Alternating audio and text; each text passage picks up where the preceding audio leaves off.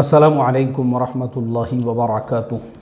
मोहतरम भाइयों, बुज़ुर्गों, दोस्तों, 12वीं के बाद क्या, 12th के बाद क्या, इस उन्वान के ऊपर कल हमने आप लोगों की रहबरी रहनुमाई की। मेरी रिक्वेस्ट है वो वीडियो आप ख़ुद भी देखें, तमाम स्टूडेंट्स को दिखाएं, उनके माँ बाप को भी दिखाएं और उनके साथ में शेयर करें उसको ज़्यादा से ज़्यादा, क्योंकि वो स्टूडेंट्स के काम का वीडियो है, ताकि उनको उनके फ्यूचर के लिए रहबरी रहनुमाई मिल सके। उसी वीडियो के नीचे मोहम्मद इसहाक इन्होंने कमेंट किया है और आज का हमारा सबक का टॉपिक उनका कमेंट ही है। इसके अंदर ये लिखते हैं, अस्सलामु अलैकुम वरहमतुल्लाह। एक बात और है कि अपने रिश्तेदार, पड़ोसी और फ्रेंड्स, उनसे सिर्फ मशवरा लेना चाहिए और अमल वही करना चाहिए जो आपको करना है। जब मैंने 12th साइंस से पास किया तो बहुत सारे रिश्तेदार बोले कि क्या आगे पढ़ेगा रे तू, गड्डी लगती है गड्डी, कोई छोटा मोटा डिप्लोमा कर ले जिससे जॉब लगे, और ऐसे ही डीमोटिवेट करने की बातें कही। लेकिन मैंने फार्मेसी में एडमिशन के लिए अप्लाई किया एंड गेस व्हाट, मुंबई के टॉप गवर्नमेंट कॉलेज में एडमिशन मिला अल्हम्दुलिल्लाह। अभी लॉकडाउन में अल्हम्दुलिल्लाह एमएनसी में वर्क फ्रॉम होम कर रहा हूँ। मोहम्मद इसहाक साहब ने कुछ बातें यहाँ पे लिखी है और हम उसको ज़रूर हाईलाइट करना चाहेंगे। पहला पॉइंट तो ये है, जो डीमोटिवेशन का उन्होंने लिखा है, ये बात बिल्कुल सही है। देखो, हमारे समाज के अंदर दो टाइप के लोग होते हैं। एक तो वो लोग होते हैं जो सिर्फ ये चाहते हैं कि हमारे बच्चों ने आगे बढ़ना और दूसरों के बच्चों ने आगे नहीं बढ़ना, और वो ऐब निकालते रहते हैं।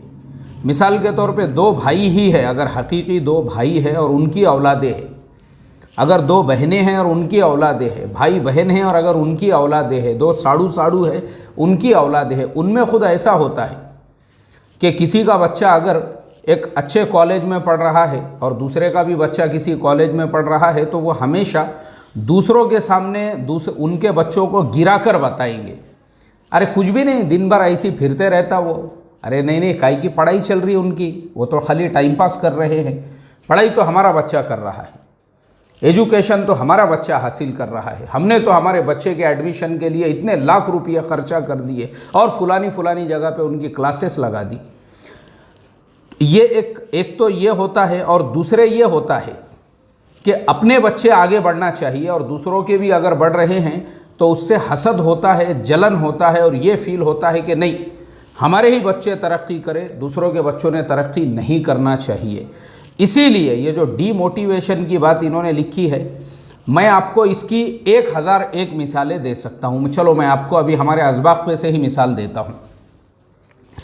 हमारा जो रोज़ाना का सबक है, कई लोग जो माशाअल्लाह हमको जो है ना मोटिवेट करते रहते हैं, माशाअल्लाह मौलाना आप अच्छा काम कर रहे हैं, आपके असबाक से बड़ा फ़ायदा होता है, और आप जो है बहुत सारे लोग, और मैं मिलता भी हूँ यहाँ पे, हमारे सर वगैरह जब भी मिलते हैं ना, तो बहुत सारे जो है मुझे वो ऐसे फीडबैक देते हैं जिससे हिम्मत अफजाई, हौसला अफजाई होती है। लेकिन कुछ लोग ऐसे भी मुझे मिले, उन्होंने मेरी हिम्मत तोड़ने के लिए, क्या फ़ायदा है वो रोज़ सबक देते तुम, कौन सुन रहा आज के ज़माने में, किसको फ़ायदा हो रहा, नहीं सुधरते अपने लोग, कुछ फ़ायदा नहीं ना, तुम फुकट अपनी एनर्जी बर्बाद कर रहे हो उसके पीछे।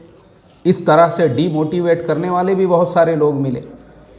मुझे तजुर्बा है इस चीज़ का, मैं देखता हूँ, और जब भी मैं कभी ऐसी इन्फॉर्मेटिव या हिस्टोरिकल बातें या जोग्राफिकल बातें लिखता हूँ ना, बहुत सारे लोग कमेंट्स में वो अपना अंदर का जो हसद और जलन होता है वो लिख देते हैं वहाँ पे बाज़ाब्ता, और वो ये कहते भी है, अरे तुम मेरे मोहतरम भाइयों, बुज़ुर्गों, दोस्तों वाले हैं यार, तुमको क्या करने का ये सब बातें, अपनी कुरान हदीस की बातें करो, कब्र की, हशर की, जन्नत की, ये हिस्ट्री सुनाना। मतलब उनको ये लगता है कि एक आदमी जिसके बाजू में मुंतखब अहादीस रखी हुई है, जो मौलाना यूनुस साहब रहमतुल्लाह अलैह को अपना सबसे बड़ा पीर समझता है, और जो इंसान तबलीग वाला है, उसने खाली कब्र की और हशर की ही बात करना चाहिए। मतलब उसने दुनिया की और दीन की, और उसने जो है इस तरीक़े से हिस्ट्री की और फिज़िक्स की और केमिस्ट्री की और बायोलॉजी की और साइंस की और ये जितने भी हमारे टेक्निकल एनालिसिस होते हैं ये सब बंद कर देना चाहिए,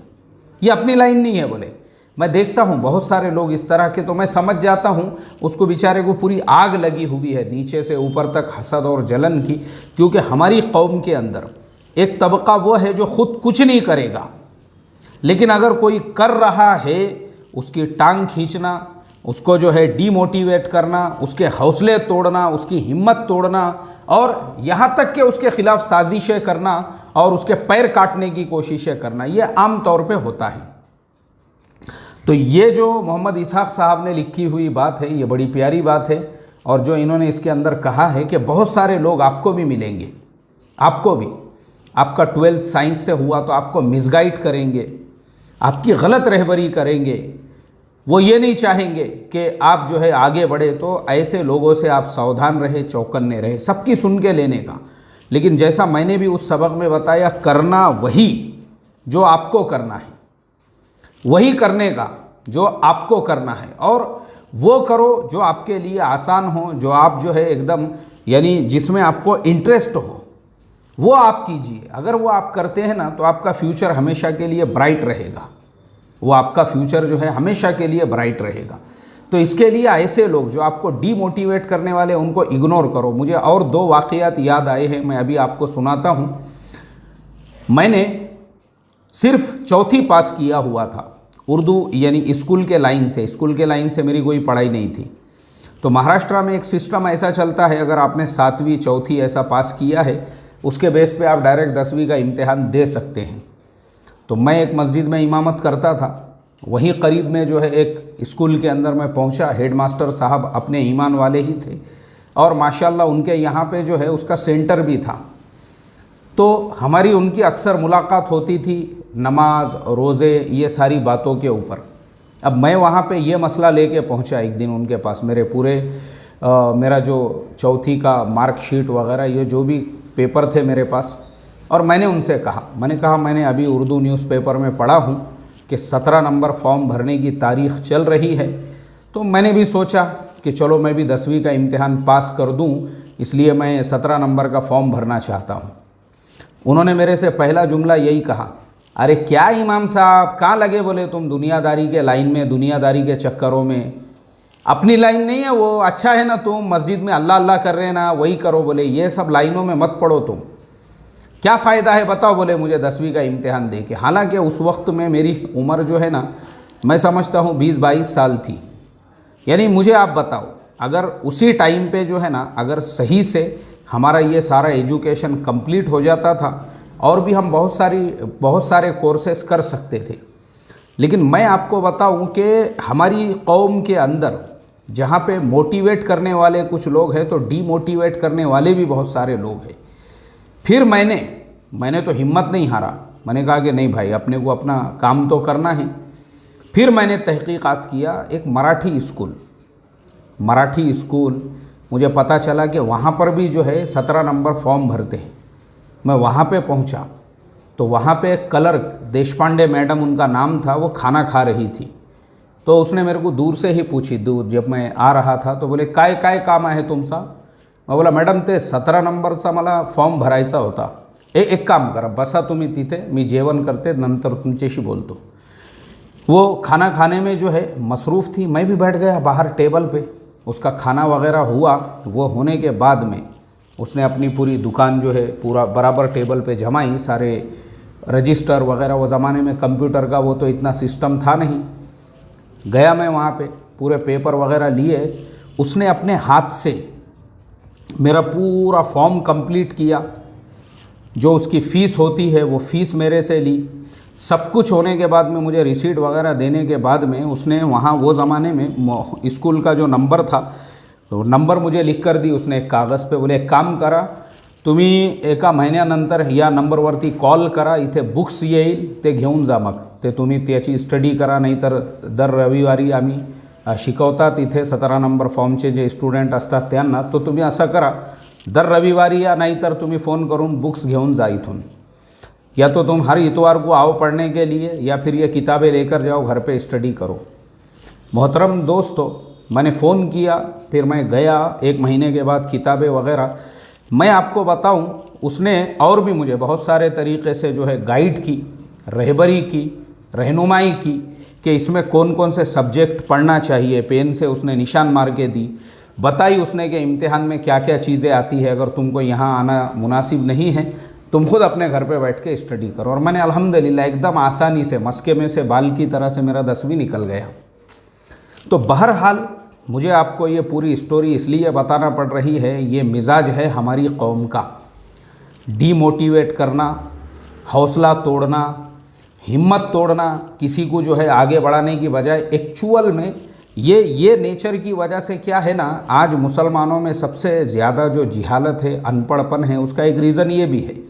तो इसलिए मैं तो ये कहूँगा कि ऐसे टाइम पे हमारे गाँव के अंदर जो एजुकेशन काउंसलिंग है, जो करियर गाइडेंस है, उसके जो है ना छोटे छोटे जलसे होना चाहिए, प्रोग्राम्स होना चाहिए। और उसमें हमने जो मुबारक कापड़ी साहब है, इसी तरह से और भी एजुकेशन लाइन में हमारे रिजवान सर है अमरावती के, पूना के अंदर, वो मेरे साथ में ही पढ़ाया करते थे एक जगह, लेकिन महाराष्ट्र गवर्नमेंट ने उनको ऑथोराइज काउंसलर बोल के तय किया हुआ है, अचलपुर में रहते हैं। तो हमारे रिजवान सर है, वैसे लोगों को आपने बुलाना चाहिए। और ऐसे जो एजुकेशन, जो आदमी जिस लाइन का एक्सपर्ट है उनको बुलाना चाहिए, ताकि वो बच्चों के सामने काउंसलिंग करे, बच्चों को वो समझा सके, बच्चों को वो बता सके।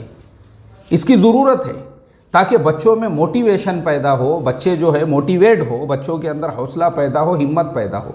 नहीं तो क्या है, हमारा मिजाज है ऐसा कि मेरे बच्चे आगे बढ़ रहे हैं ना, तो फिर दूसरे के बच्चे अगर आगे बढ़ रहे तो मुझे तकलीफ़ होना शुरू हो जाती है। अरे यार साला, ये इनके भी बच्चे जो है जॉब कर रहे क्या, उसके भी बच्चे आगे बढ़ रहे क्या, उसके भी बच्चे, तो ये नेचर अच्छा नहीं है। ये हमारे एक नाना थे, अल्लाह ताला उनकी क़ब्र को नूर से भरे, उनकी बाल बाल मग़फ़िरत फ़रमाए। उनका नाम था हाजी सैयद अहमद अली साहब, जमात इस्लामी के बहुत बड़े जो है वो यानी ये थे, इलाके के बहुत बड़े ज़िम्मेदारों में शुमार होते थे। पूरी ज़िंदगी उनकी उसी में गुज़र गई। और मुझे याद है बचपन में हमने जब आँखें खोले ना, तो हमारे घर में दावत पेपर आता था। ये उस ज़माने की बात है जब लोग ये सोचा करते थे कि भाई अभी शाम को खाने को है तो कल का क्या इंतज़ाम करना, और कल अगर है तो परसों का क्या इंतज़ाम करना। वो ज़माने में हमारे वो नाना के पास में दावत पेपर डायरेक्ट दिल्ली से आया करता था। एक आदमी जाता था उनका स्पेशल जालना को वो पेपर लेने के लिए, क्योंकि हमारा तो गांव है छोटा सा।